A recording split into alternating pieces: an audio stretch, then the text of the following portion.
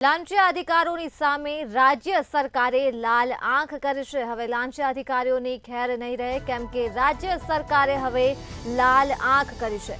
Probationer ખાણ ખનીજ અધિકારી સામે કાર્યવાહી હાથ ધરવામાં આવી છે તંત્ર દ્વારા। ત્યારે રાજ્ય સરકારે નરેશ જાનીને સેવામાંથી મુક્ત કરી દીધા છે, જેઓ પ્રોબેશન ખાણ ખનીજ અધિકારી છે।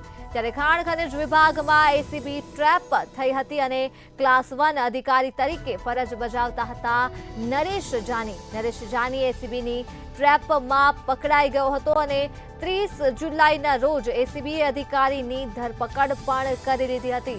તો રાજ્ય સરકારે લાલ આંખ કરી છે અને આ મહત્વની કાર્યવાહી હાથ ધરી છે। તમામ લાંચિયા અધિકારીઓ સામે અધિકારીએ રૂપિયા 2 લાખની લાંચ લેતા ઝડપાયા હતા। ત્યારે એસીબીએ રાજ્ય સરકારને તમામ મામલે રિપોર્ટ રજૂ કર્યો હતો અને રિપોર્ટ બાદ આ નરેશ જાનીને સેવામાંથી મુક્ત કરી દેવામાં આવ્યા છે। લાંચિયા અધિકારી સામે કાર્યવાહી થઈ છે। સુરત ખાતેથી આ માહિતી મળી છે, જ્યાં પ્રોબેશન ખાણ ખનીજ અધિકારી સામે કાર્યવાહી કરવામાં આવી છે। આ મુદ્દે જ આપણી સાથે સંવાદદાતા રાબિયા ફોન લાઈન પર જોડાઈ ગયા છે। જી રાબિયા, સુરત ખાતે પ્રોબેશન ખાણ ખનીજ અધિકારી સામે કાર્યવાહી કરવામાં આવી છે, શું છે વધુ વિગતો?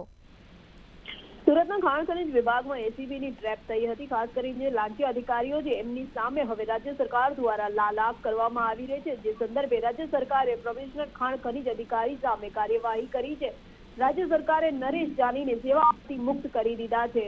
ક્લાસ 1 અધિકારી તરીકે તેઓ ફરજ બજાવતા હતા, ત્યારે નરેશ જાની એસીબીની ટ્રેપમાં પકડાયા હતા। તારીખ 30 જુલાઈએ સુરત એસીબીએ નરેશ જાનીની ધરપકડ પણ કરી હતી અને પ્રોબેશનર અધિકારી તરીકે ફરજ બજાવતા હતા, ત્યારે પ્રોબેશનના પીરિયડ દરમિયાન રૂપિયા 2 લાખની લાંચ લેતા તેઓની ધરપકડ કરવામાં આવી હતી। લાંચ કેસમાં નરેશ જાનીનો વચ્ચેથી પણ પકડાયો હતો અને કપિલ પ્રજાપતિએ પણ 2 લાખની લાંચ લીધી હતી, જેની પણ ધરપકડ કરવામાં આવી હતી।